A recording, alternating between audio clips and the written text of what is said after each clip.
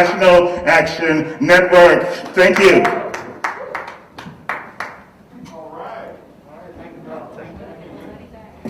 All right, thank you. Thank you so much. All right, so moving along, membership and text alerts. For those of you who are not an updated member, if you are an updated member, that's great. But if you're not, this message pertains specifically for you.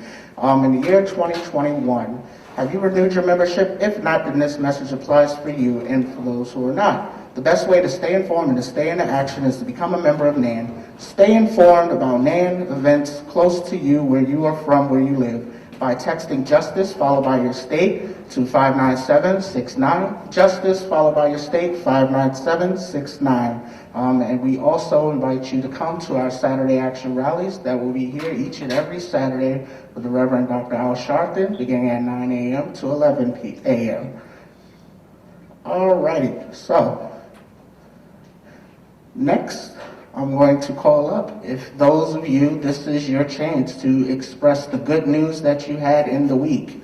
So there's a lot going on, good and bad in the world, but if you have some exciting news, whether, you bought a car, you got a new apartment, passed the test, you, got $100 off a scratch off, whatever, go ahead and share. Let's express our good news.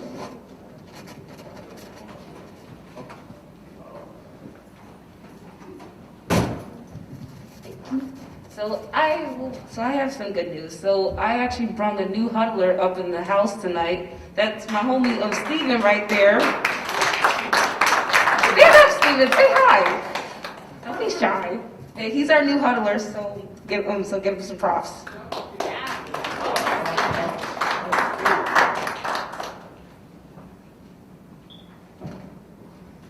Hi, my name is Ahmed. I go to Morehouse College, and we just started college calculus, and for my first college calculus test ever, I got 105, so yeah.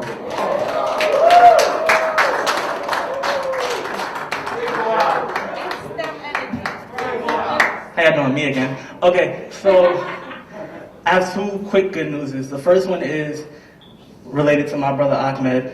Ahmed has been kind of getting a vinyl collection going, and I was able to find a vinyl record for him today, and I just bought it immediately. So Ahmed, your Goodbye Good Riddance copy, Juice WRLD, it's coming next week. This is your early birthday gift, bro. Two. Ashley sent us an email last week about any youth we know that would be interested in going to South by Southwest. I got accepted. So my badge is coming in the mail. Thank you, Ashley. South by Southwest is a huge thing for me because I've always wanted to go. So that's my good news.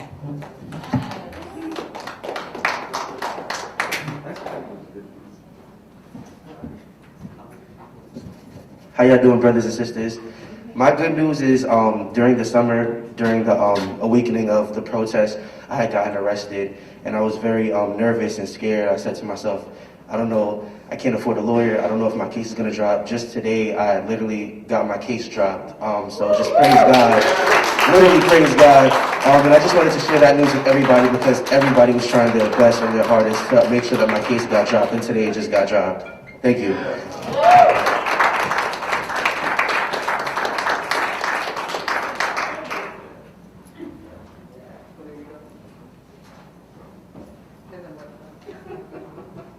All right, any other good news out there in the world?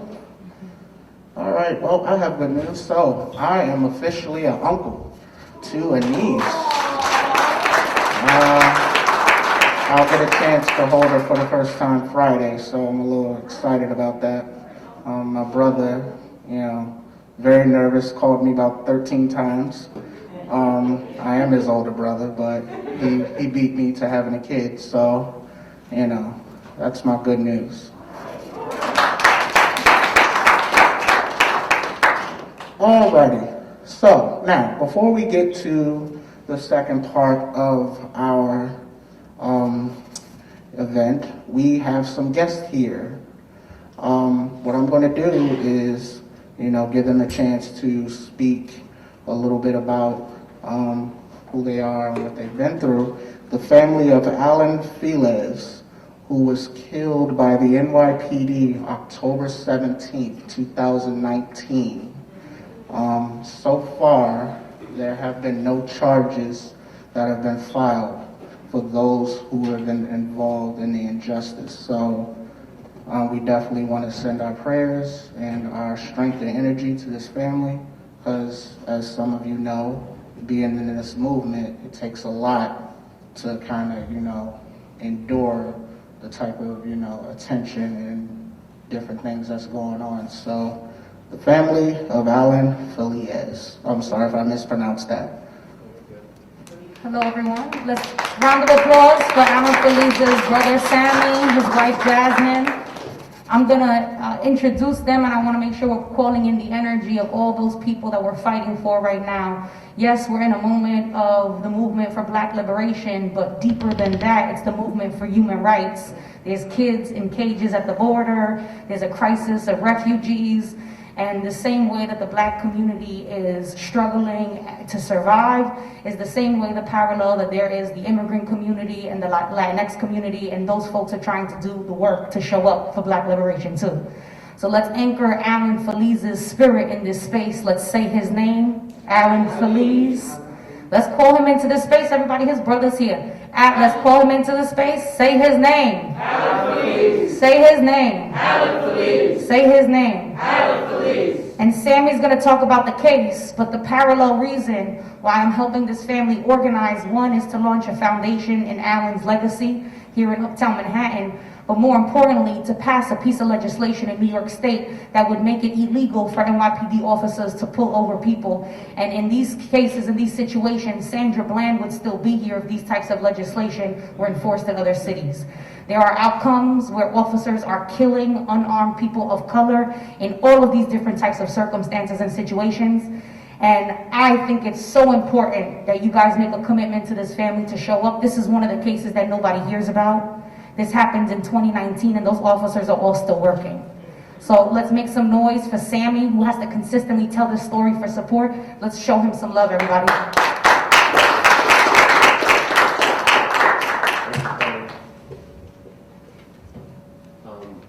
Can you guys hear me? Yeah. So on October 17th of 2019, my brother was pulled over in the Bronx, half a block away from Montefiore Hospital.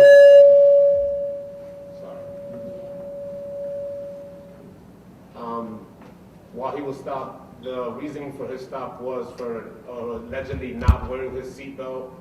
Body cam footage shows that he was wearing his seatbelt at the time, so the stop was unjust.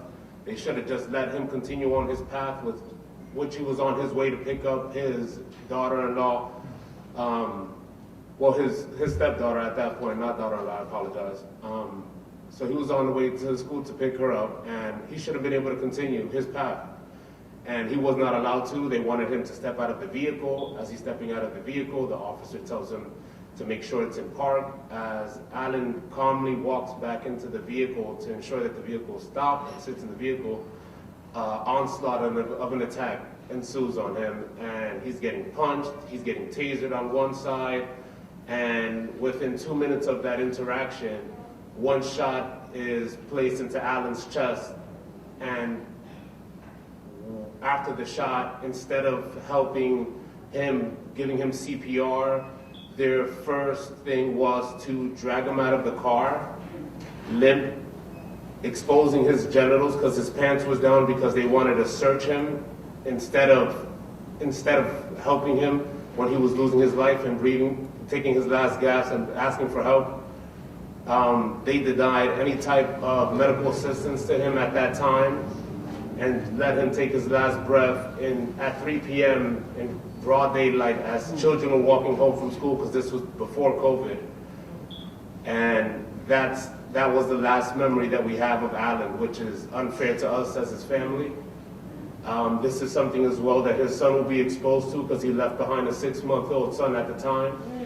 That, as you can tell now, kids are very savvy with tablets and computers. My son and my daughter, son age of 4 and daughter age of 2, They're very intelligent and they know how to use it. So I know at one point they will guide themselves and find this story.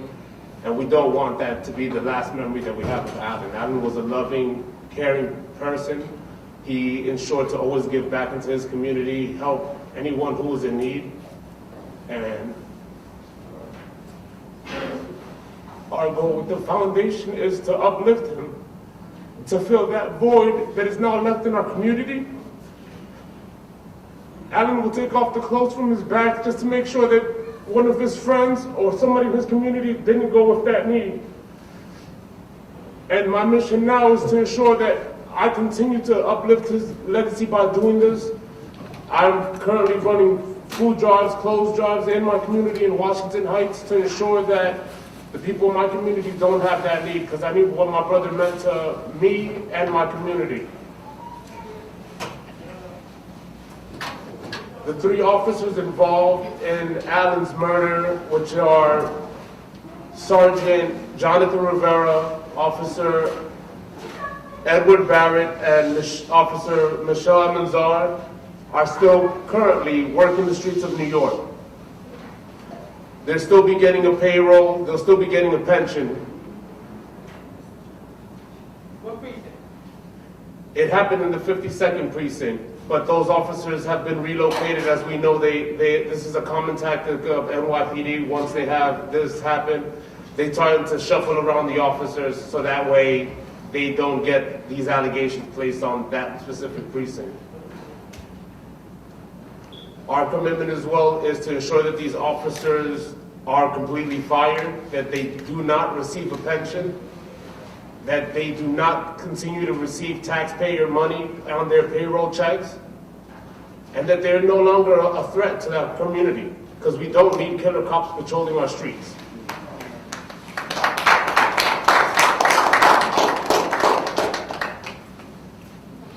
We also want to reframe traffic safety. As Carlene said, we want to make sure that what happened to my brother doesn't happen again.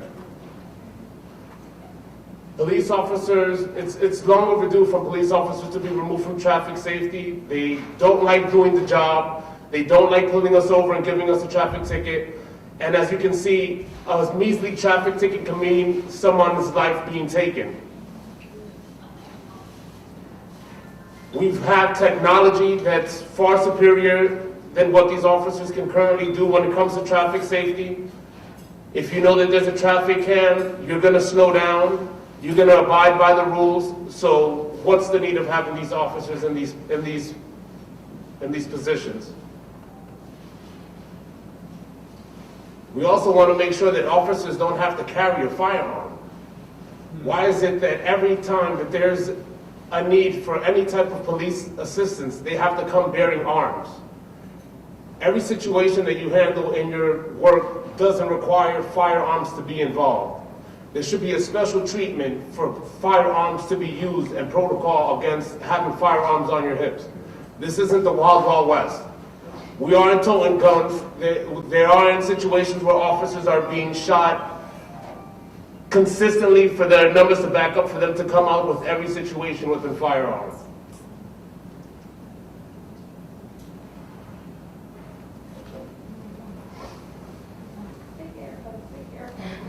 Make some noise for Sammy.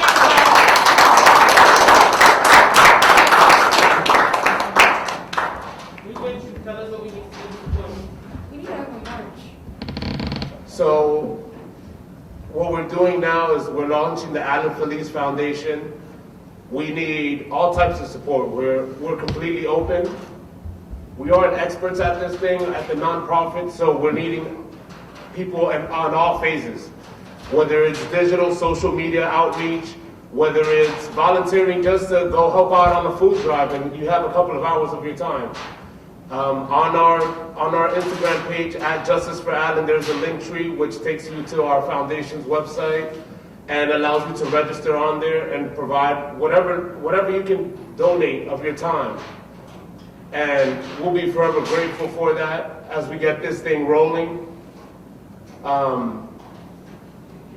We're currently only based off of Instagram, and the social media handle once again is at Justice for Allen, and that's Allen, A-L-L-A-N.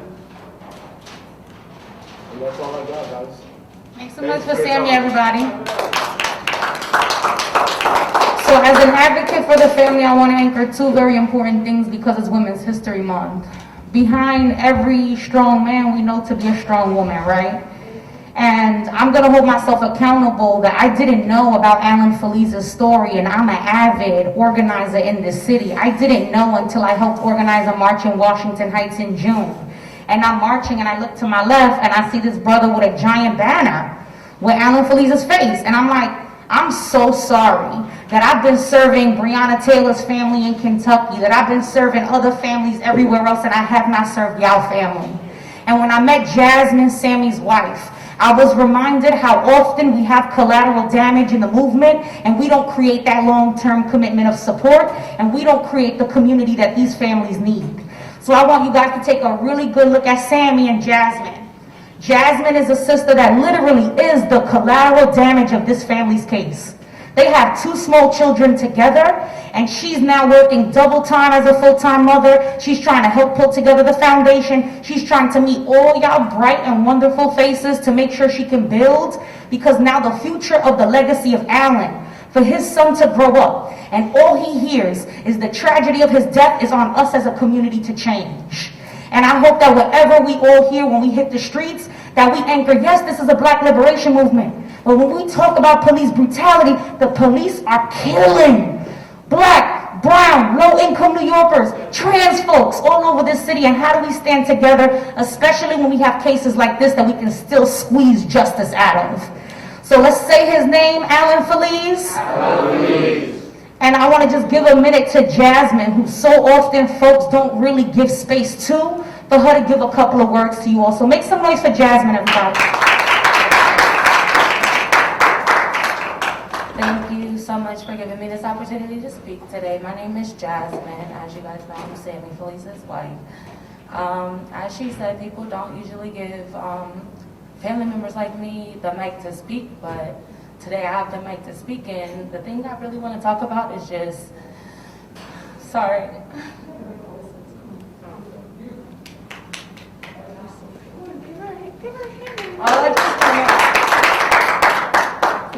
I just want to talk about accountability, because our communities lack it a lot, our families lack it a lot. There's family members where they don't come out and protest and do the legwork that we have to do to make these things work.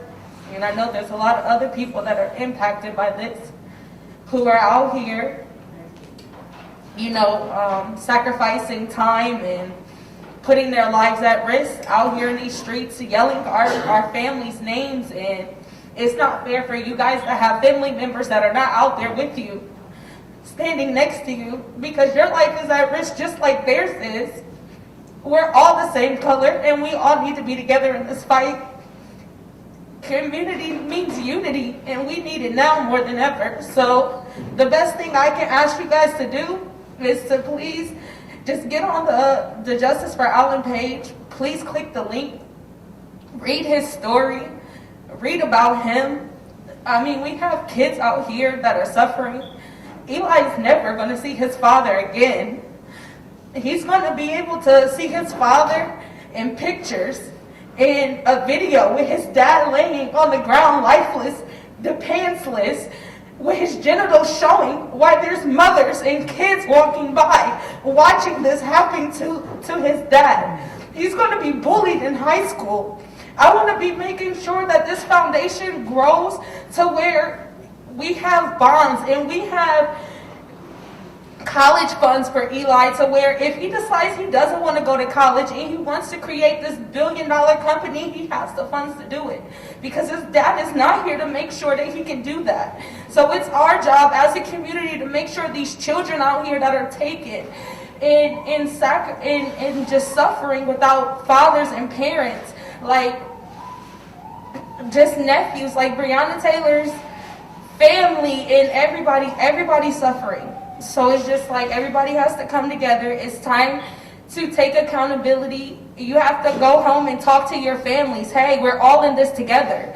Either we're in this together or we can't be in this at all. And that's just, at this point in time, 2021, that's the state that we're in. We're in a state of emergency, guys. Our lives are at risk just because of the color of our skin. We can't walk outside safe. I can't, every time my husband goes to work, I have to say a prayer. I have to be up before him, saying my mantras, burning my sage, making sure my husband gets to work safely. Because I don't know if he's going to make it to work safely because, oh, there's a light out in the back of the car that we can't afford right now, and he's going to get pulled over, and some jerk is going to shoot my husband, and he's not going to come home to me. The day that I got the call that Alan was murdered, they thought it was Sammy. So how would you feel being miles away, 115 miles, 1,500 miles away from your husband? They're calling you, oh, they're saying Sammy has been shot. You're looking on the news and it's saying Sammy Felice has been murdered by the cops, and you're just like, for all. Well, what's going on? And then I get a call at 10 o'clock p.m. This news is coming out at 3 p.m. in the afternoon. I'm not hearing about it being not my husband until 10 p.m. That's unacceptable. Things need to change in this community. And it starts at home. Accountability, it just starts with accountability, guys, and that's all I have to say. Make some noise for Jasmine, everybody. That was the first time she's publicly spoken, and that touched my heart deeply. In closing, a big piece is that this family has been denied justice by the AG. Those cops are not being charged in this case. So besides us supporting the foundation with our skill sets, our resources, they're selling these t-shirts. And, you know, without further ado, we want to pass the mic back over to the formal programming, but I thought it was so important that when we gathered here on 145th, that we gave some space to a local family that's just trying to build with y'all. So thank you so much, everybody.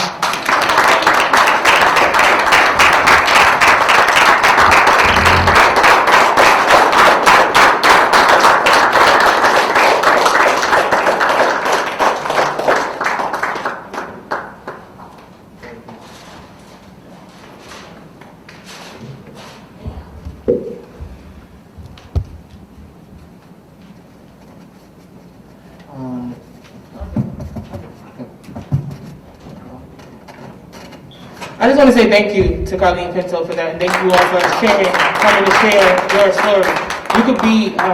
You could have a hardened heart because this happened a while ago, and I can't even say I understand, but the experience and the mental capacity, I just want to say we are here. Whatever we can do, that's what it's about, is uniting. As like you just said, I knew nothing about this case until you told me about it yesterday, like Lily would do a time. So I had no idea, and I feel bad, but that's what it's about. It's about exposing things to each other so that we can be a stronger force together. So now, we got y'all back, and the next thing, whatever y'all need, we got you. So let us know. Let us know. So we're going to start it up, but what we're doing tonight is basically to help expose everybody that's on this panel tonight. Is just like Carlene Pinto, they're real activists in the street, frontline organizers. So that's why I was like, okay, we will make sure. We've had several panels, Women's History Month. We talk about women's history, we talk about standing on the shoulders of women and lifting each other. But I wanted the young, well, they're not that young anymore.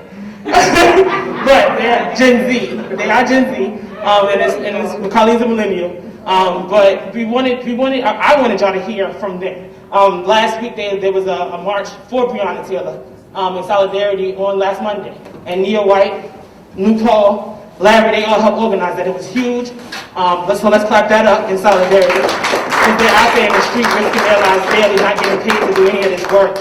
And I wanted y'all to hear from them. So when we welcome these queens in Women's History Month, let's stand and let's receive them with proper energy. Let's welcome them to the table. Aaliyah, Nickens, Copy. I think she's the youngest on the panel, and she holds it down. I must say I'm biased, but Nia and New Paul went to Hampton University. Yeah. You know. Anyway. And Shawana Vaughn, the one and only Shawana Vaughn, she is not a stranger to the name, National Never or name use Huddle. So we welcoming her. I don't want to say I think you're a generation. We got everybody. But basically, Dominique is going to come and give all the proper introductions. And Patrice Perry, our advisor, and our lead coordinator. Come on. Our lead representative, Carlene, will be hosting the panel. Let's start them up and let's have great interest. We will have time for questions and answers depending on how the answers go.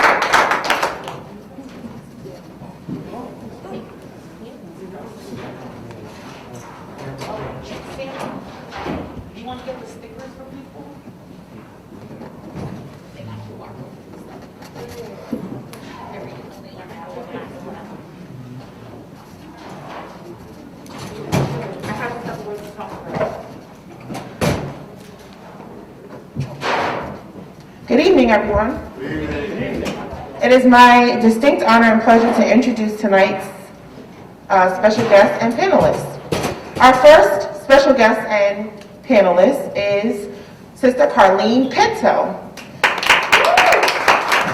Carlene is a Latinx award-winning activist and civil rights organizer. She has spent over a decade championing transformational change rooted in justice and equity. Carlene is the founder of New York City Action Lab, a collective of organizers and community-based leaders championing change through social innovation and leading nonviolent direct actions. NYC Action Lab has dedicated its community efforts through resourcing those directly impacted with education, organizing, and mobilizing support. Through her work, Carlene has led hundreds of direct actions locally and nationally. Some of the most notable organizing and mass mobilization efforts have gained national recognition, including the Climate March, the March to Justice, the New York City Women's March, and the No Ban, No Wall actions in response to the Muslim ban. Please welcome Carlene Pinto. Next we have Aaliyah Nickens. Aaliyah is an 18-year-old youth activist and advocate for criminal juvenile justice reform. She is one of the founders of the Coalition of Passionate Youth, an organization focusing on work in their community. She's also a member of the New York Justice League and currently one of the fellows for Cities United. She has worked over the last few years to dismantle and reform the juvenile justice system after being affected and watching her peers be affected, speaking to legislators in Albany and pushing to pass the Raise the Age law. Aaliyah has also hosted events around Harlem looking to stop violence and in the community and have discussions about the injustices we face as Black and brown people. She's hosted a youth-led rally, a Stop the Killing rally, and also a Stop the Killing basketball tournament that we all went to, bringing the young people of Harlem outside to have some fun, all without violence. Give it up for Sister Aaliyah Nickens. Next we have Miss Nia White. Nia is a political, civil, and social justice activist. She is a first-year student at Hampton University, majoring in political science and minoring with communications on the pre-law track.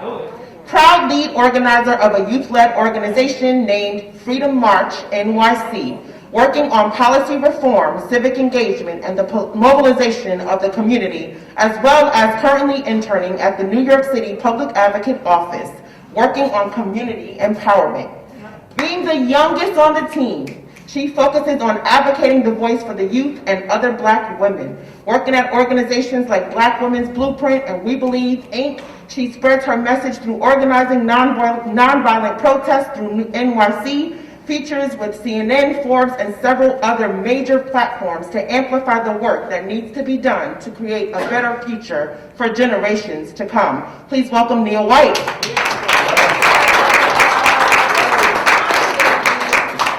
Next, we have Nupal Kiazolo. If I pronounced that wrong, please. Yes, right. All right! Nupal, former president of Black Lives Matter of the Greater New York. She was just 12 years old when she organized her first protest after the murder of Trayvon Martin. Since then, she's dedicated her life to fighting for Black lives. Kiazolo has been on the front lines of protests in Charlottesville, Virginia, and most recently, Louisville, Kentucky, and has aspirations of running for president of the United States in 2036. And our last panelist, Ms. Shawana Vaughn, we all know her. She can introduce herself. But we all know and love our dear sister, and I'm going to pass the mic over now to my brother Fo, Chief Fo. Let's clap these queens up.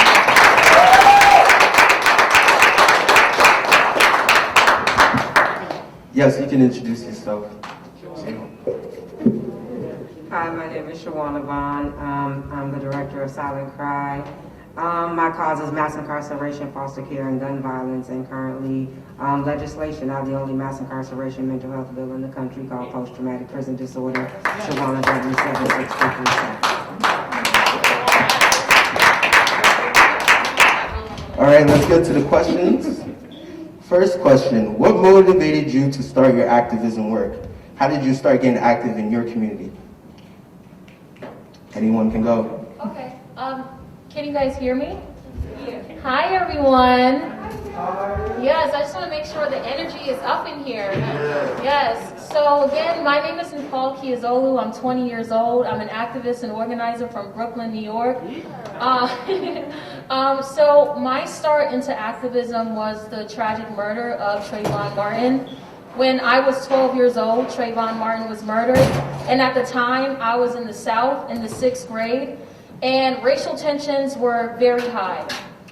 So long story short, I came up with this idea to hold a silent protest at my middle school. And after I heard about Trayvon's death, I was like, you know what, I'm gonna go home. I got this gray hoodie, and I wrote on a piece of paper, do I look suspicious? And I typed it, I pasted it on the back of my sweater, and then I went to 7-Eleven and I got Skittles and iced tea to represent what Trayvon Martin had in his hand at the time of his death. I went to school the following day, and it caused a lot of controversy. At the time, I was in a predominantly white middle school. My teachers and staff felt like what I was doing was too political, but nonetheless, I persisted. Eventually, I ended up getting written up for suspension by my history teacher, and the only ally I had at the time was my math teacher, who was a black woman, and her name was Miss Gibbs. When I got written up for suspension, before I went to the principal's office, I went to my teacher and I was like, yo, Miss Gibbs, I'm about to get written up. This is what it is. And this lady literally risked her entire career by marching down to the principal's office with me in solidarity with her hoodie on.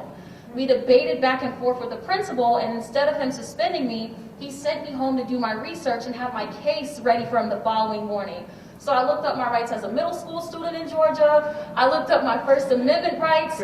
And then I came across Tinker versus Des Moines, which is a Supreme Court case that established the right for students to peacefully organize within school grounds. And that was the focal point of my argument the following morning. And my math teacher was right there with me again. And so I ended up winning the case, and when I brought up Tinker versus Des Moines, my principal was like, how the heck do you know about that at 12 years old? And I'm like, you told me to do my research, so that's exactly what I did.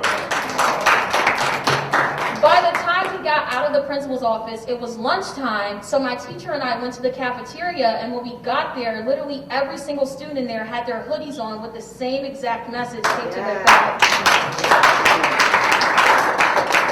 And at that moment, my teacher and I just stood there and cried, and that's when I knew being an activist and organizer was my calling, and I haven't stopped since. So that's my story. Anyone else? Hey everybody, can y'all hear me? Yes. Okay, so my name is Nia White, and I'm from Brooklyn, New York. I grew up in East New York. My mother is a Jamaican immigrant, and she came up from Jamaica in the 90s. And one thing that I always noticed about her being a black woman was that she was always working. And the thing about black women is that we are persistent, we are resilient, and we are always dedicated. So when it came to her children's education, she made sure that we were going to the best of the best schools, whether that had to be 2 hours away, whether that had to be her risking her job so that we could get to school on time, whether that be her paying hundreds of dollars for a cab driver to drive us in the morning, but she was making sure that she was getting it done. So when it came to my activism, it was always rooted in the power that my mother taught me. I know that when I was in school, I was always the one who was challenging the ideas of the American education system, because I don't believe that they are teaching our children correctly. I believe that they are always teaching our children how to be criminals before they are actually taught how to be students. And especially when I was going into public schools, because my mom was not able to afford the private schools anymore, I started noticing that there was more police officers than textbooks inside of my buildings. That there was more white teachers teaching me about my own history instead of a black woman, or instead of a black man who was more educated about my own community. So I started noticing it more and more, and I was always outspoken growing up because, like I said, my mom's Jamaican, so she always be ready with the snapbacks, and she taught me.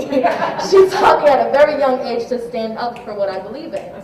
So I was always the type to speak out and speak up, and I started realizing this when I was inside of my classes in like history class, and there was one point where my teacher decided that we were going to be reading a document from Thomas Jefferson and Abraham Lincoln, and we all know back then those white people were very racist, and they proudly said the N-word. And I started challenging him, like, I don't believe that we need to be saying the word. And he was a white man, yes. He was from Scotland, so he believed that we were going to be rewriting history if we changed and if we did not say the N-word. So I started challenging him on it, and I started going to the principal. Me and my principal had a very tight-knit relationship, so it was always me winning. And then he started challenging me, kicking me out of classrooms, and me being the disruptive student. So I feel like that's where my activism really started in school, because I always had that knowledge growing up that many students, unfortunately, being black, do not have the privilege to have. So I was always challenging, and then I started going into organizations like Black Women's Blueprint, like We Believe Incorporated, which really centered me as a black girl growing up, realizing my power and realizing my strength, and realizing that I was put on this earth for a reason, whether that be to change someone or whether that be to change this world.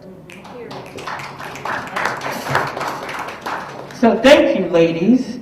What is the biggest issue that you face personally as a female organizer, and what is the most important issue you are fighting to change systemically as a female organizer? All right, hey y'all. My name is Aaliyah. I'm 18. I'm from Harlem, Korea. I think that the biggest issue that we face as Black women organizers is people like to belittle us. Like if we're in a room full of Black men and there's one Black woman, we're not seen until we speak up. And me, like, as a person, my personality, I'm always going to make it known that I'm in a room. But there's not a lot of Black women like that. So I feel like that's the biggest issue that we face. A lot of Black women, they don't want to use their voice because they don't feel comfortable enough. And that's not because it's an issue in themselves. It's just like the way that we're used to. Like, Black men aren't going to say, all right, there's this Black woman in the room, let's give her space to speak or anything. It's up to us to stand up, and it shouldn't be like that at the end of the day. But that's just the issue I think that Black women face. So yeah.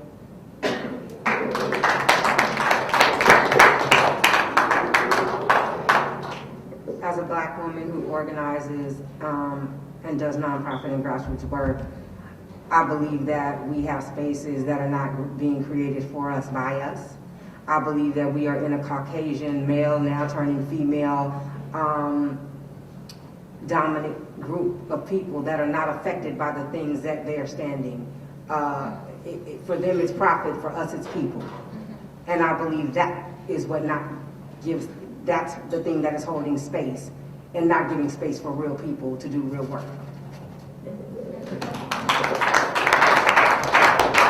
As someone that is not a Black woman, and I'm a white passing Latinx person in spaces, I think one of the hardest things I face is people don't know what they don't know. And so a big piece of this work the last decade is that I've been trained by some of the best movement folks of all movements.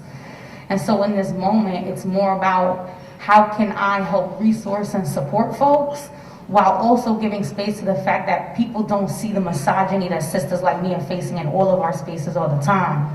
So when I go north of here and I'm in Washington Heights, I've been cursed out and belittled by Dominican men on the community board, right? I've been spoken to poorly by people that are in elected office up here, right?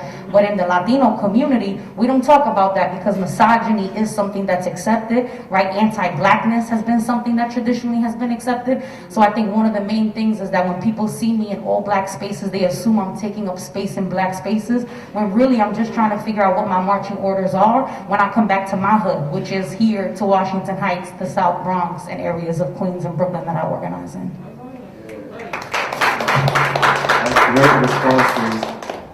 Who are your mentors and who do you look to for inspiration, strength, and guidance in doing what you do? So me again, hey guys. So for one, I definitely look towards people exactly like me. So for instance, I look towards New Paul. I met New Paul before I was committed to college, and she was the one who actually encouraged me to apply to Hampton University. And once I got in, I let New Paul know, and she was just like, if you want to go, I'm going to be your big, I'm going to be there for you. And she has been, and she has kept her word. So she has always been my mentor. She is like a sister to me. And I look towards people who have been doing this work for years, because I have only come into this work being on the streets last year when I was 17, but there has been people who have been doing this since 12. There has been people who has been doing this for decades. And I look towards them because they have set out a path for me, and they have literally left blueprints and legacies so I can continue this work. And that is exactly what is rooted in the very work that I do, because I know that my ancestors are proud of me. And I know that my ancestors are literally looking down on me like, yes, I have done this, and I commend you for doing this.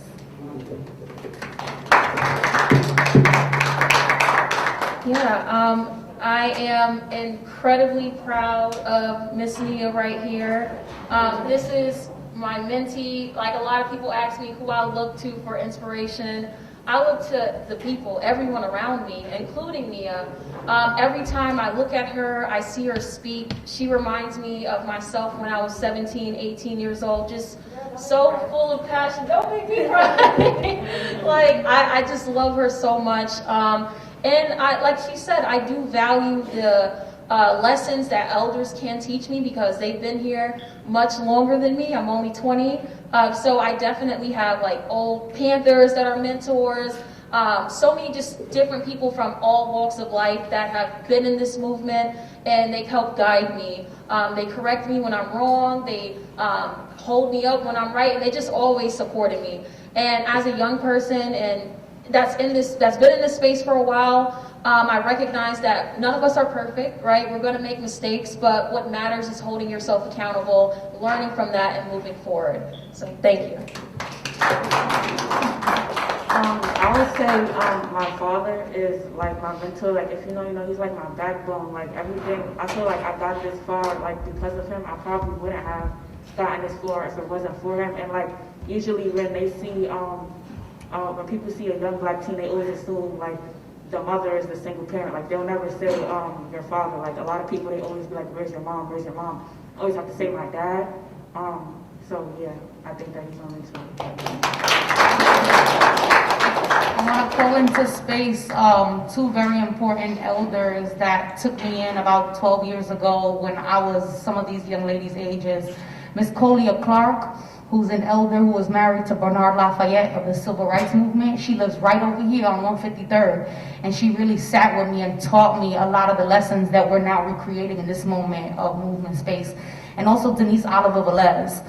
Denise Oliver Velez is still very active. She was one of the first young lords, one of the first women young lords to be recognized by the party, also a Black Panther. And when I've been very frustrated with the misogyny, I've been calling her these last few months, and she keeps reminding me that even though she'd be on the front line raising her fist, and it's not until now we have murals with her beautiful afro talking about Afro-Latinx experiences here. But she's talking about how she taught these brothers how to read, right? She was fundamentally giving these brothers resources, and they still didn't create any space for her on the front lines.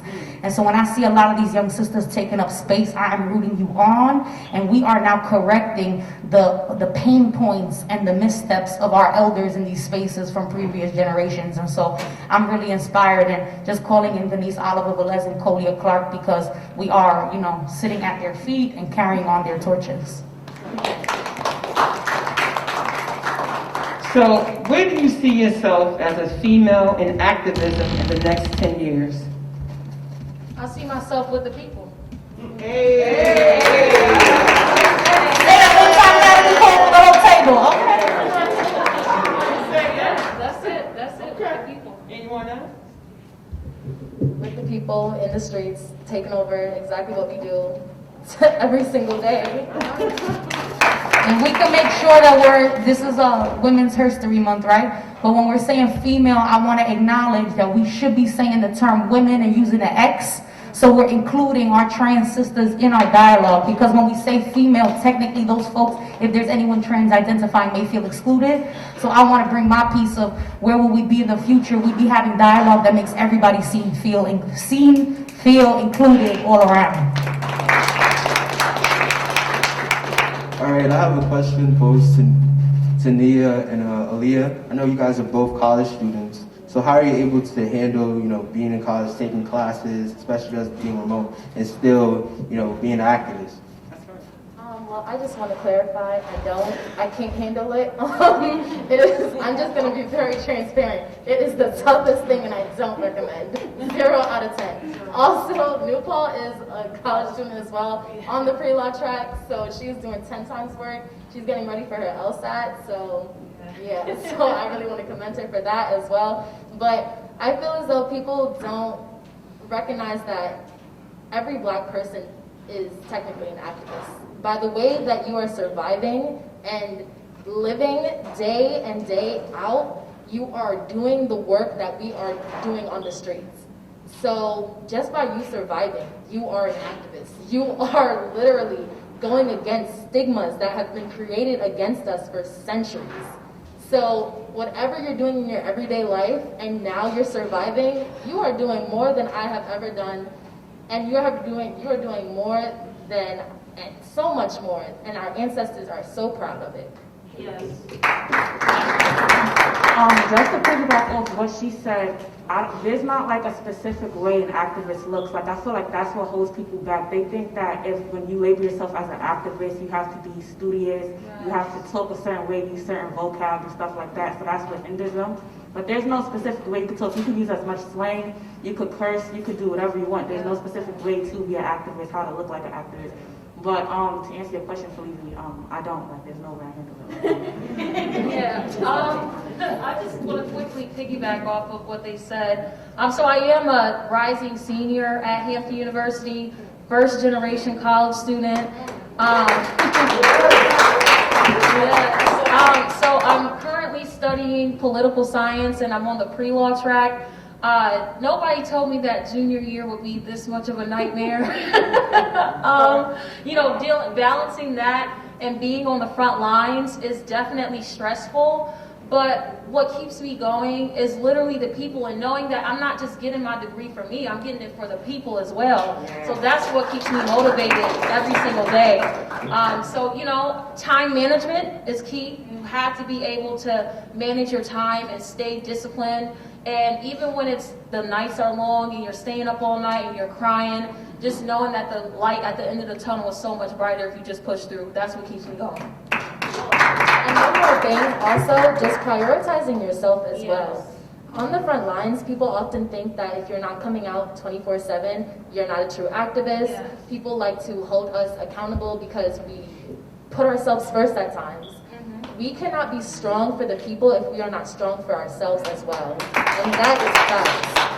When we are outside fighting for black men like Alan, for trans women like Diamond Kair, and fighting for lives that we have lost, we are also fighting for ourselves. So we need to make sure that we have the right to take a soap bath. Yeah. We have the right to go out if we want to. We have a right to live. Yes. And that is exactly what we are fighting for. Yes. Thank you so much. And I want to throw this question out to two of our panelists. First is going to be Shawana and then Carlene. Why is it important that you showed up here tonight? It is always important to show up and pay homage to people who stood in the line for you to sit here. Yes. I showed up because my sister asked me to, but I showed up because there was nowhere else I'd rather be, because it's the right place to be on a Monday, and it's in community and it's with family, so you always have to honor and give reverence and show up where you're asked to. Because obedience is better than sacrifice.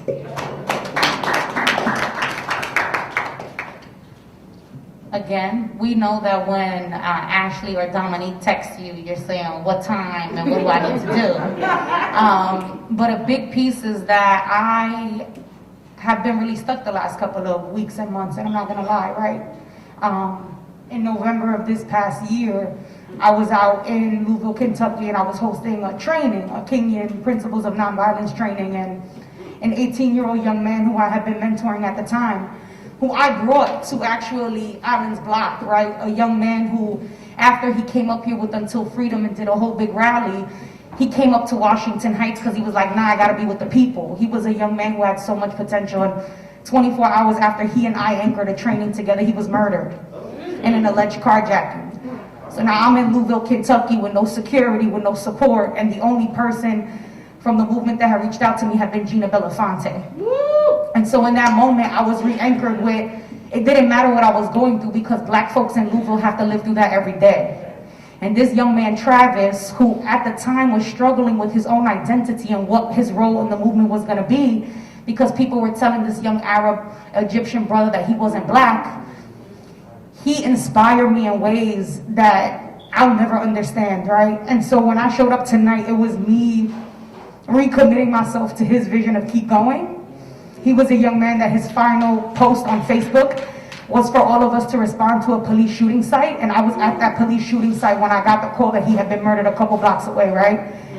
And he said, all hands on deck. And so when I think about moments like this in community, I always think that I could be somewhere else, but all hands on deck and keep going. And today, all of you I know were impacted by Jasmine and Sammy, and that was really why God had me come here tonight. And every time I feel like I think I want to give up because this movement has taken so much from me, I keep reminding myself that it's because of Jasmine's strength and it's because of young men like Travis that I have to keep saying his name that I'm going to keep going to. And black women all around me, come on now. They've been going through this for 400 years. We got to get it together. If we could just really quickly, because I brought in a lot of energy, just say his name, Travis Nashdi. He crossed over into the ancestors, and I hope all of you can Google his name and find some inspiration too, because he was a killer fighter on the front line. Yeah, I just want to quickly add, I'm really glad that his name was brought into this space because I work with Travis. I work with him as well. I remember when I got arrested in Louisville, he literally stayed outside the entire night. Like, he was like, when I got out of jail, he was hugging all of us, giving us hand sanitizer. He was a really, really great person, and we gotta protect, we have to protect black organizers, black and brown organizers. I think it's really important that, you know, just quickly just to hold this space and recognize that the work we do on the front lines is dangerous. Like, this is not cute. Like, you know, a lot of people, y'all may see activists that get these news features and all that, and you see the followers, and you forget that we're actual people, and we have lives, and we have families as well, and we're putting everything on the line.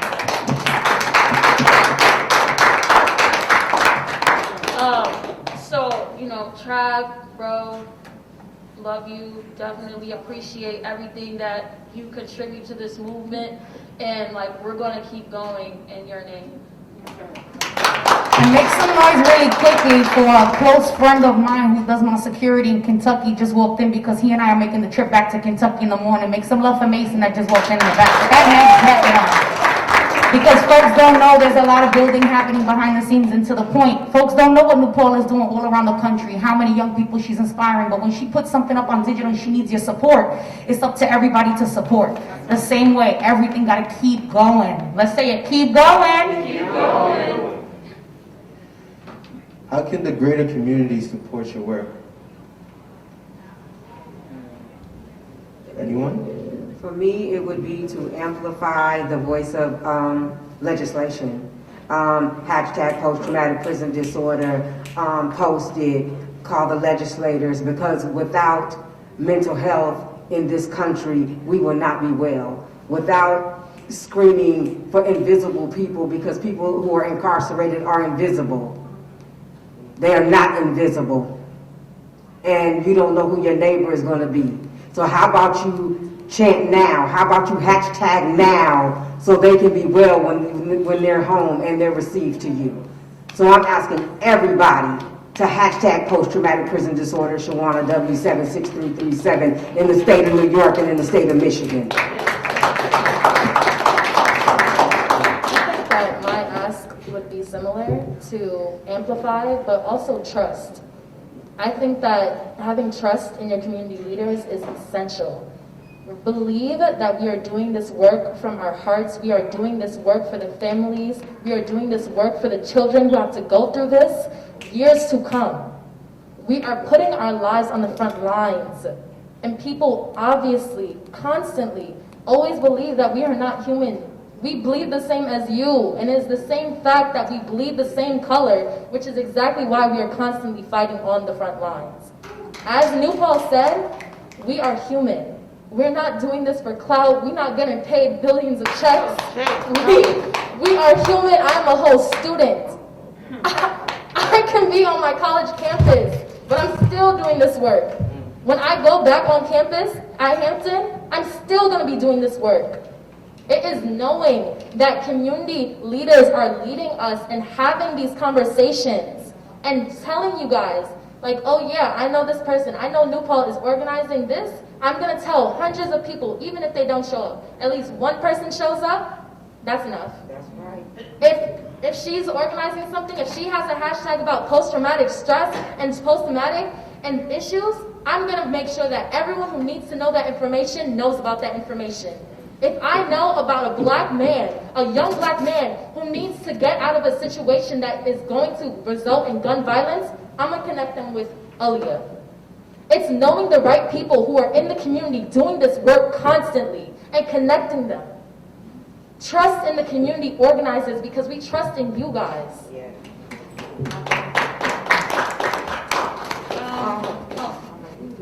Okay. I would just say, in terms of supporting the work I do, just continue to work with me as I work with y'all.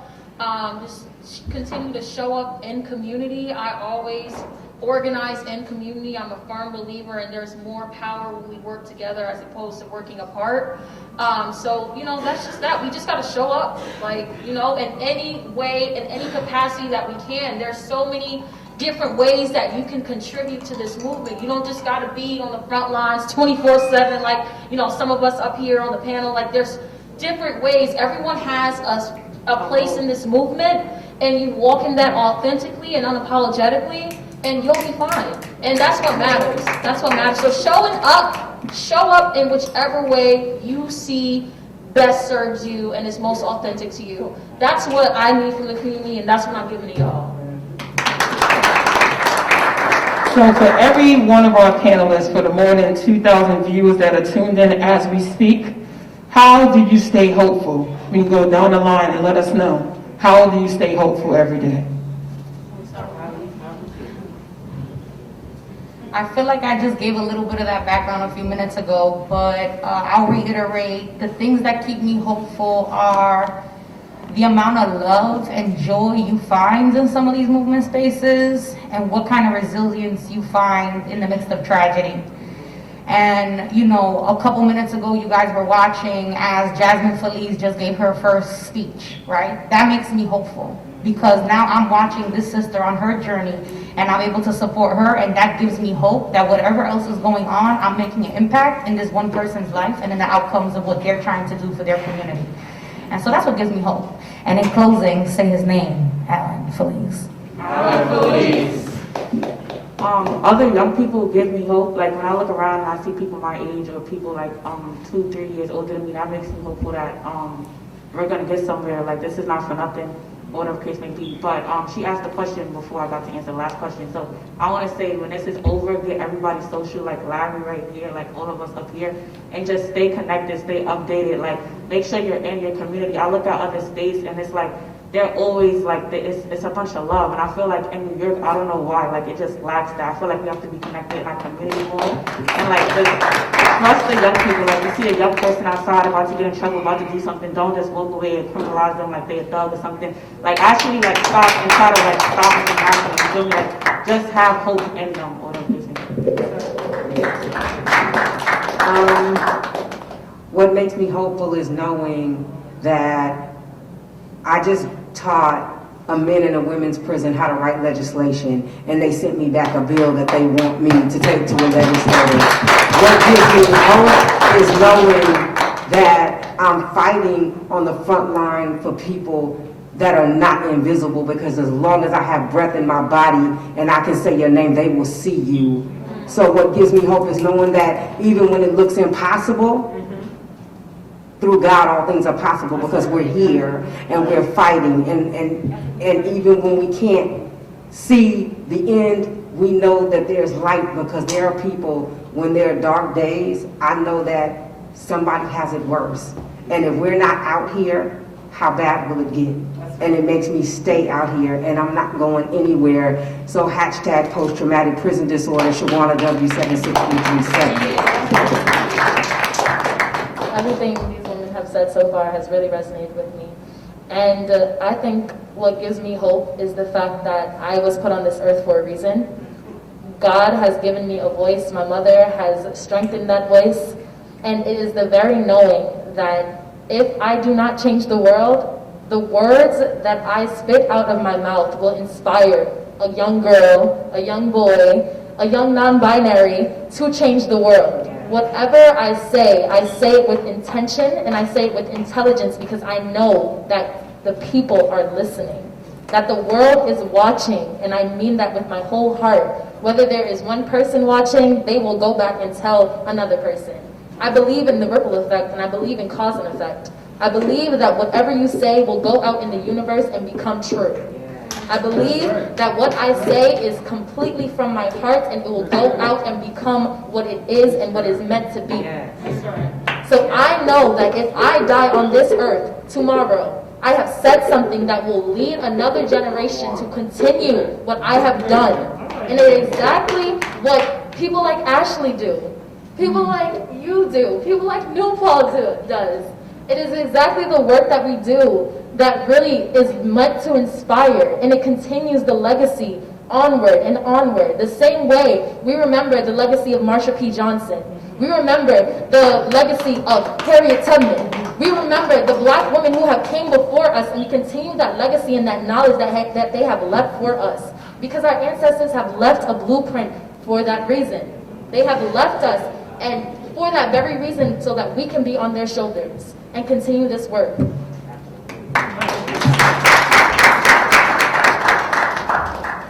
We stand on the shoulders of giants.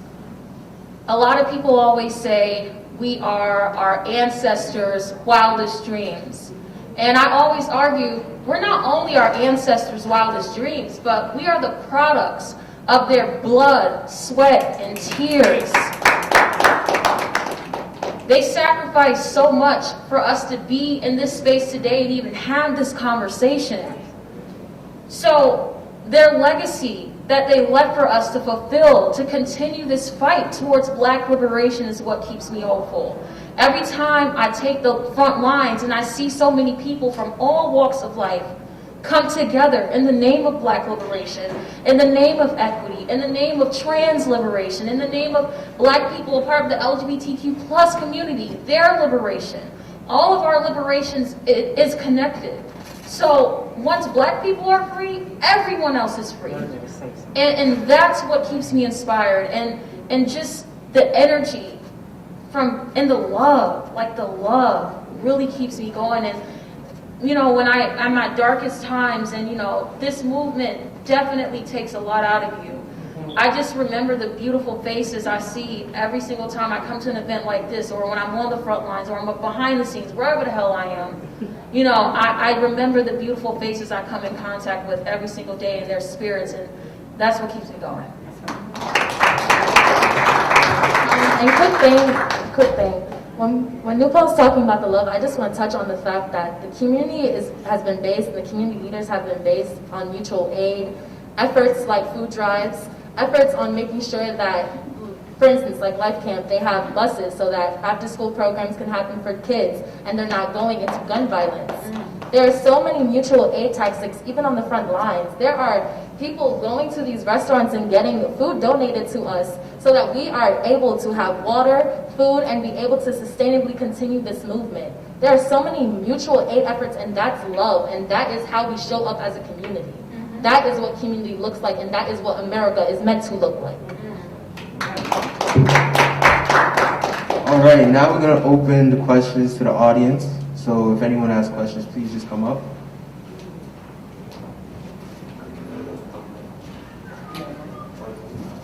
If you're not asking the question, I ask that you sit down, please.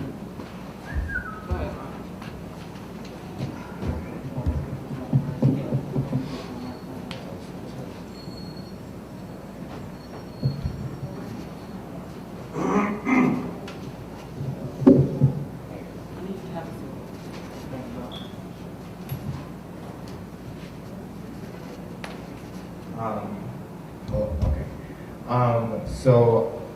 As a person who is a survivor of sexual abuse and sexual crime, I was curious, how do we make a society that is more accepting and more welcoming for people to come out with their traumatic experiences? First, I want people to give this brother a louder round of applause for acknowledging something that's very difficult for people in space to acknowledge. And I think Nicole, do you want to start? Yeah, sure. So first and foremost, thank you for being so vulnerable to share that part of your story. Thank you. I too am a survivor of sexual and domestic violence. I have unfortunately, a long history with being sexually abused and physically abused. So I empathize with you. And in terms of creating safer spaces, it starts with conversations like this. You know, destigmatizing the conversations surrounding sexual violence. And a lot of times, you know, young black children, young black people are left out of these conversations when we talk about who was affected by sexual violence, and also young black men.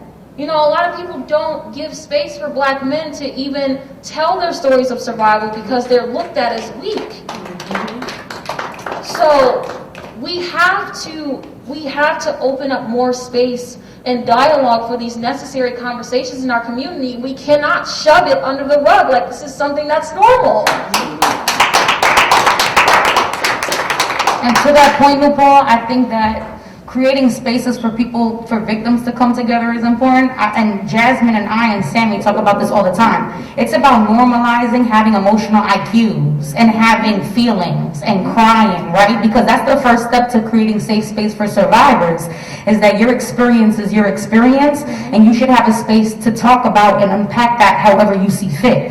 And in a lot of communities, not just the black community, in the Latinx community, in the Asian American community, abuse is not spoken about. And the sexual violence against kids and the violence against women is very real. And so I want to keep creating those bridges. This is Women's History Month, but the strength and the resilience we see in the black community, we might not see that in the Asian American community because they're suffering in silence. So how do we keep creating survivor-led spaces where those folks can come together and support black liberation through a framework of how they come together as survivors, right? That intersectional space keeps needing to be built. And I appreciate you, brother, because you brought in, and again, gender preferred pronouns, if that's not your pronoun, let me know, right? It's all about us growing as a community together, but a big piece is creating and setting that space here. So let's give another round of applause. Quickly build off of what she said. I believe that in this movement as well, we have to create safer spaces for our people because there are perpetrators of violence in our activist spaces as well. Right? And we're not talking about this enough because a lot of people feel like survivors coming forward with their stories of survival is divisive for the movement. And I always say, that's not being divisive. What's divisive is not holding these perpetrators of violence accountable. That's what's divisive. So if you are knowingly complicit and abuse, and you know that this person is a known abuser, and there has been multiple victims coming forward, and there's more than often victims, multiple people are not lying, right? What do you have to gain from lying about someone regarding sexual abuse? That's sick, right? So it's like, we have to hold these people accountable, because we can't be out here trying to save the world if we don't have our stuff together at home. I had to use another word choice. But, you know, like seriously, we have to hold perpetrators of violence accountable in all spaces, including this one, in activist spaces as well. I was about to say, accountability is very important. There should be no reason why somebody that's been abused doesn't feel comfortable enough to speak up. I feel like when you start holding these people accountable, the first thing, if a person shares their story, the first thought in your head shouldn't be, oh, they're lying, or they're looking for sympathy. I feel like there's something wrong with you if your first thought is, oh, they're lying, they're looking for sympathy. I feel like we have to hold each other accountable. If we know someone comes into spaces or someone is known for doing something that goes against the code, they shouldn't be allowed back. Like, we should make it where they don't even feel comfortable enough to show their face, because we know that what they're doing isn't right, and it goes against the grain, and it goes against the code. So I feel like accountability is important, and holding others accountable, like not being afraid to check somebody. Like, you know what they're doing isn't right, don't be afraid to check them. You know they're abuser, don't be afraid to call them out and check them and let them know that we see what they're doing and it's not right. Absolutely. And then one thing really quickly. Normalize believing survivors. It is something that us as a black community, and I say this as a black woman who has seen it day in and day out, we constantly like to argue, question, and believe like, oh yeah, no, they're just trying to bring down their career, blah, blah, blah. No. Listen to facts and listen to women. We go through things that men do not understand. And us as a black community, and I'm only saying this to my black people, we need to take ourselves and our community accountable and realize that change also needs to happen within. And we cannot continue to be arguing with each other, questioning each other, hurting each other, and then go out to the white man and say, you can't do this to me. We need to make sure that we are looking out and supporting one another. We need to make sure that if this person is hurting this person, we make sure we take that person out of the community, because they do not belong to us. They are not kin to us. And that is that. Period.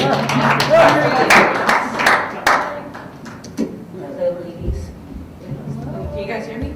Yeah. Okay, so recently there was an interview with Meghan Markle concerning about, the British, monarchy, about her being a black woman. So my question to you guys is that how do you guys feel when us black women are constantly being villainized in media and in music and movies and all the aspects? Yeah. So one of the number one tools of white supremacy is to villainize the oppressed in an attempt to protect the oppressors. I'm gonna say that one more time. One of the main tools of white supremacy is to villainize the oppressed in an attempt to protect the oppressors. So when I saw the interview with Meghan Markle, I wasn't surprised. That is a woman of color in a position of power, and she's going against everything white supremacy stands for, and everyone has their opinions and thoughts about it, but at the end of the day, this is a woman of color that was in that house, that was suffering in silence. And one thing that stood out to me as a black woman, what she said is, I was in this space for so long. I'm outside on the front lines, encouraging women to speak up for themselves while I was being silenced behind closed doors. And it resonated with me so deeply, because as a young black woman that is a leader, I too have experienced the same exact thing so many different times, and I dealt with it for so long until I finally had the courage to put my foot down and say enough is enough. And that's what it has to go, that's what it has to get to as a community. Enough is enough. Black women, women of color, no one really should be suffering in silence in these spaces that you would think is supposed to protect us. Right? You would think a lot of these activist spaces are here to protect black folks and brown folks, so you wouldn't expect that to happen in these spaces, but it does. And the first step to solving this issue is acknowledging it and being honest. So, Meghan Markle's interview definitely impacted me, and it just opened up a larger dialogue into how we treat black women and women of color in this world, and it's honestly going to be up to us to continue to fight to dismantle these systems, and it starts with us.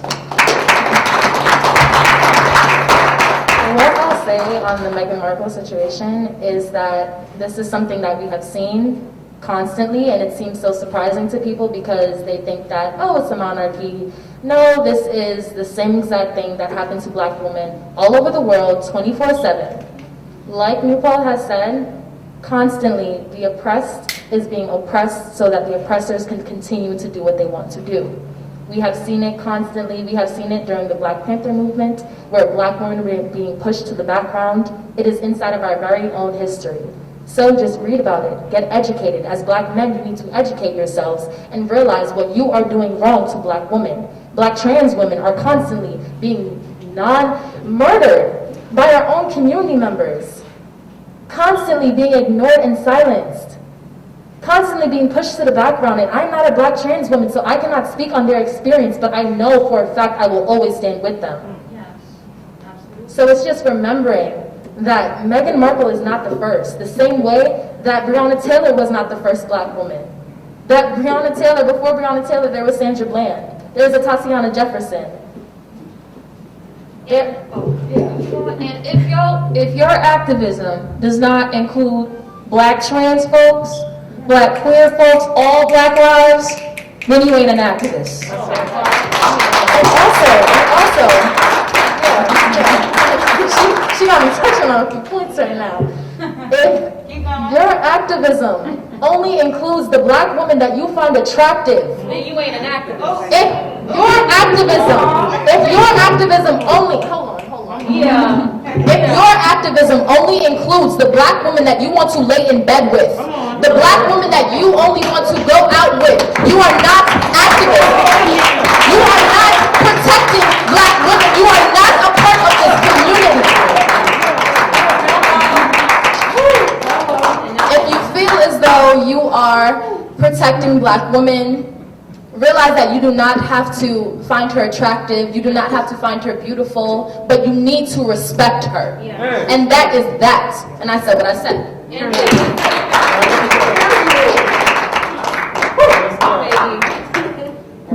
Okay, good evening everybody, God bless everybody. I am a National Action Network lifetime member. Yes. And I say that loud and proud for various reasons. Being a member, I have been given multiple opportunities to actually see potential politicians and hear what they allegedly stand for. I have met a couple that have decided I'm going to support. A mayor and a New York County DA candidate.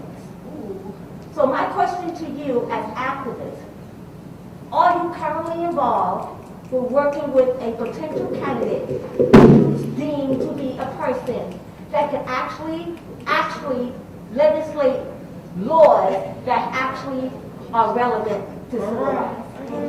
Absolutely. That was an important question for everyone that she's a lifetime member. She wants to talk about the civics and the power. So let's make some noise for the elders.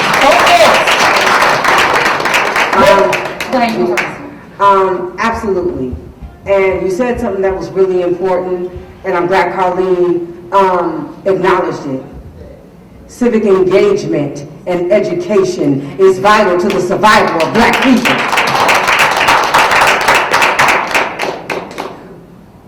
They said in record number we've shattered the polls, but I don't like masturbation to my ears. Come on. I need to know what you did long before you ever said you were running. Where were your feet planted?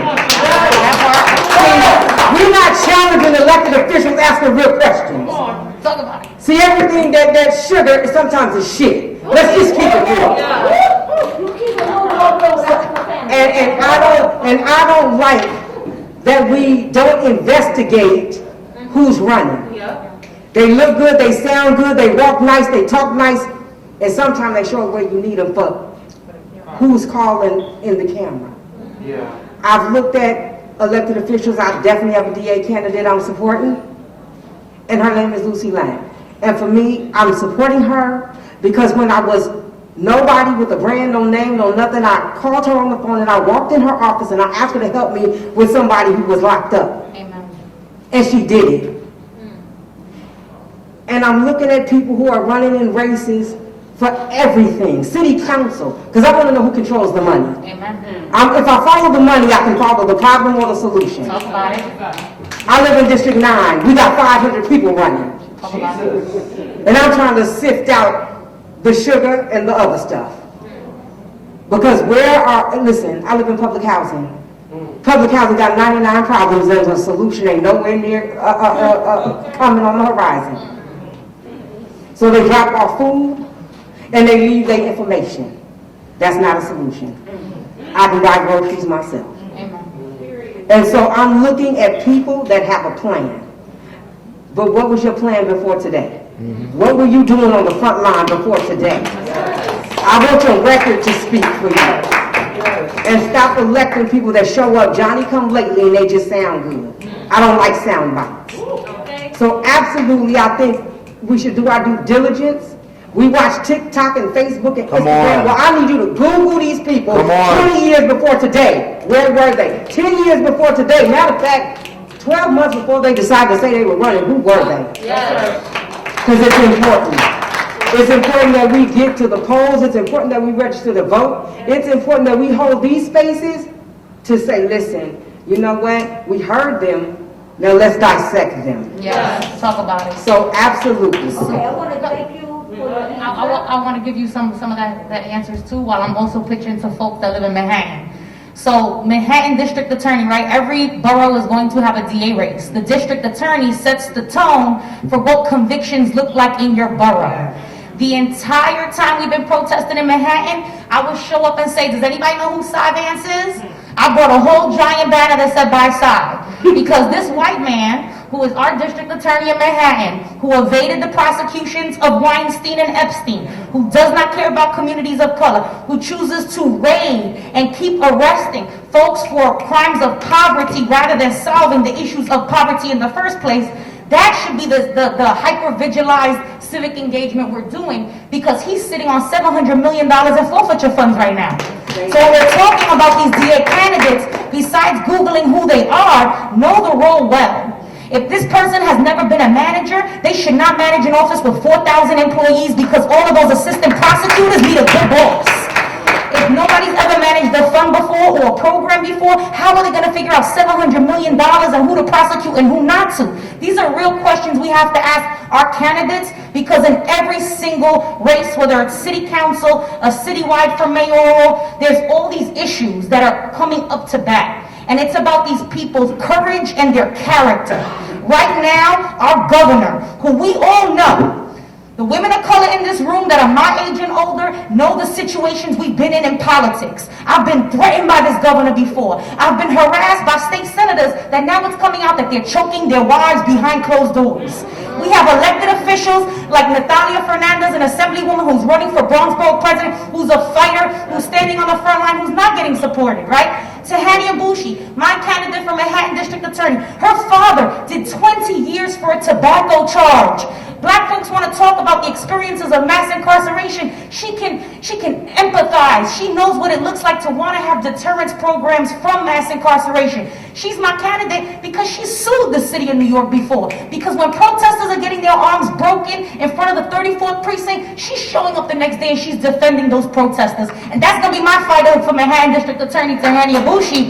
But again, if that's not your pick, that's cool. But know who your pick is and why. And I know she will defend me and this system, but she'll prioritize the communities of color that have been targeted most by the system, and she'll make things right with them first, and that's who I want to vote for.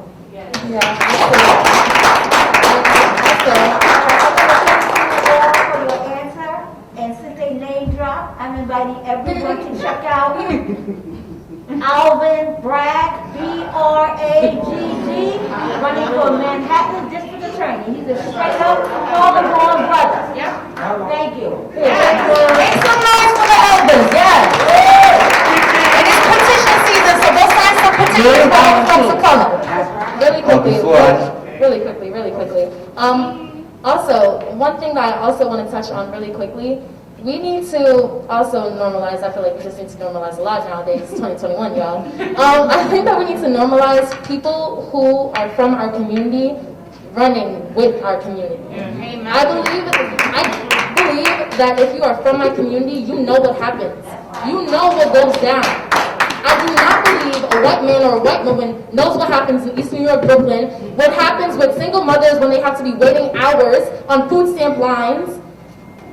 I think that you need to be someone who is rooted in the community and is from the community. The same way we do not want police officers who are not even from anywhere near us to be policing us, is the same way we do not want any politician to come in, snap pictures, kiss babies, and think that everything's cool.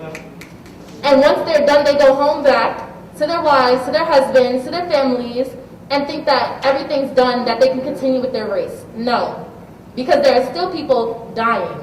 There are still issues that have not been addressed. So for me personally, I'm not touching on any mayor candidate as of right now, but as for the city council, there is my friend, Chi Osei, who has been on the front lines since day one. Screaming, whose streets, our streets, constantly. And he is running for District 36. So y'all check him out. And also what I want to touch on, just to my young people who are out here, we have social media tools. And we have the amplification. We have Facebook, TikTok, Twitter, Instagram. We have every single handle that there is out there, and we have the knowledge of it. So when she's talking about making sure that you know what the candidates are doing 20 years from now, we have that privilege. We have social media to our fingers, and we are experts at it. So make sure you're using what we have the right to do. Look them up. Make sure you guys are getting educated, and even if you're not eligible to vote, make sure that you're informing your parents because they're going to go vote. Make sure that you are bringing the information to the elders so that they know what they were doing, what these candidates are doing, because they are going to be coming inside of our communities and giving us hell if we do not. Yes. All right, so I don't have a question. I just have a challenge for the brothers. And my challenge simply is, it's time for us to step up and start protecting the black women. And I say that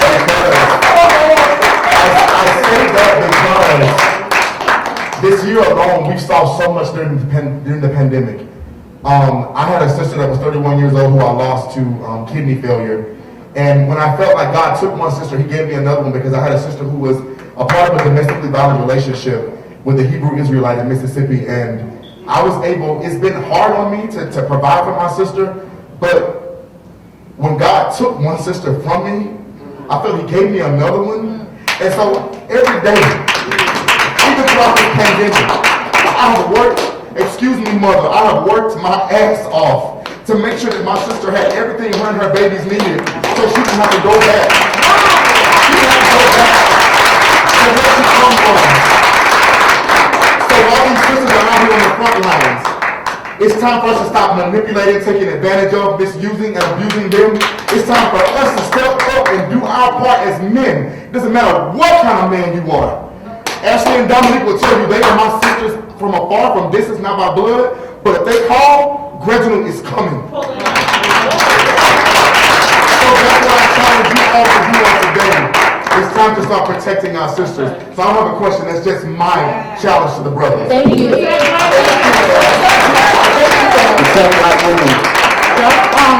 Just piggyback off what he said to all the black men in the room, like the incident in Harlem when the lady was beat in the liquor store and everybody went out to protest outside the liquor store. I feel like that has to be the energy anyway. There was a girl in Foster that I lived in Foster Projects. She got beat and it was men looking for the men that beat her. Like just how I got beat each other, y'all gotta beat these men that's abusing women, that's taking advantage of women. Y'all gotta have that energy for everybody. Y'all can't pick and choose. If y'all see a lady getting abused or a man cursing out a lady or a man putting his hands on your lady, the first instinct should be you gotta stop it, you gotta put your hands on him, you gotta do something. I'm not promoting violence, like I'm not saying that either. But you gotta step up, like you gotta do something, that's your job. Like it's not optional, it's mandatory, that's your job, like that's what you're supposed to do, that's it. No, absolutely. And also, just to piggyback, because I really resonate with that as well. Oftentimes, I have had the question, which is, I would say, there are dumb questions out there, and this is one of them. What can I do to show up for a black woman?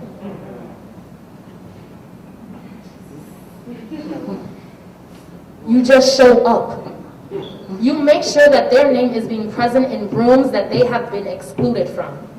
Constantly, black women have been on the front lines for every single fight. From the LGBT fight with trans black women who have been excluded from that. From the women's rights where black women were excluded from that. From abortion rights where black women were excluded from that.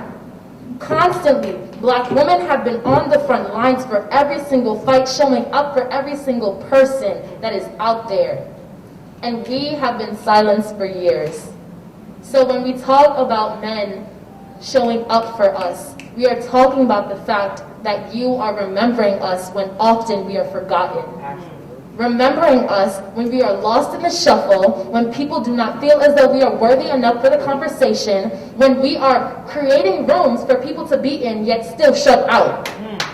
Make sure that you say the names of New Paul. You say the names of every single woman on this panel. Make sure that you are saying Ashley's name. Make sure that you are saying every single name of the black women who are in here. Because we need to be brought into conversations, and if we are not, black women have learned that if we're not brought into conversations, we're creating a whole nother room with the same exact conversation, with better solutions, with better results. Yes. Because if you're not including black women, what will get done? And that's that. I want to thank all the panelists for coming. I'm now asking Ashley Sharpton to please come up to the stage.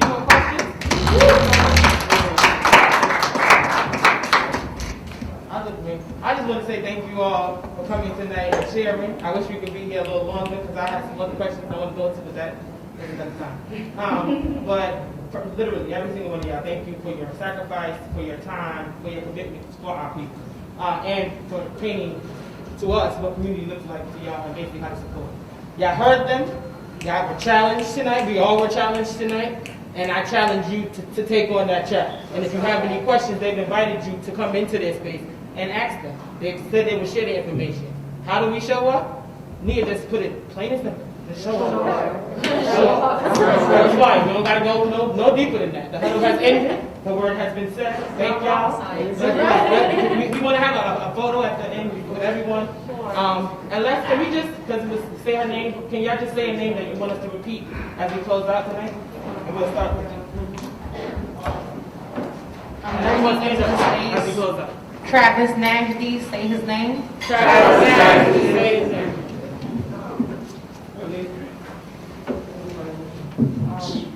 Aaliyah Felice, say his name.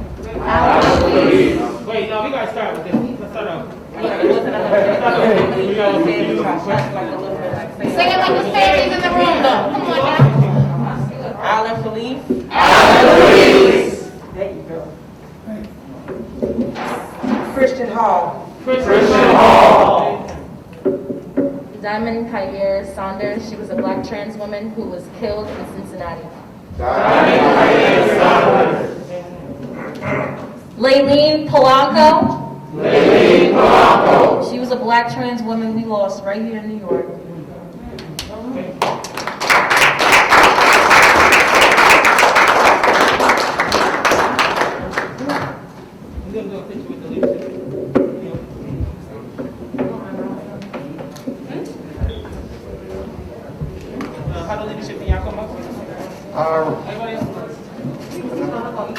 All right, everybody, thank you guys. This concludes our Huddle Monday, and we want to thank the panel once again. And for those of you who have joined us, food is being served in the back. You first, and for our panelists and guests, please join us up front for a group photo. Thank you, guys. Thank you, guys. Make some noise for yourself, everybody.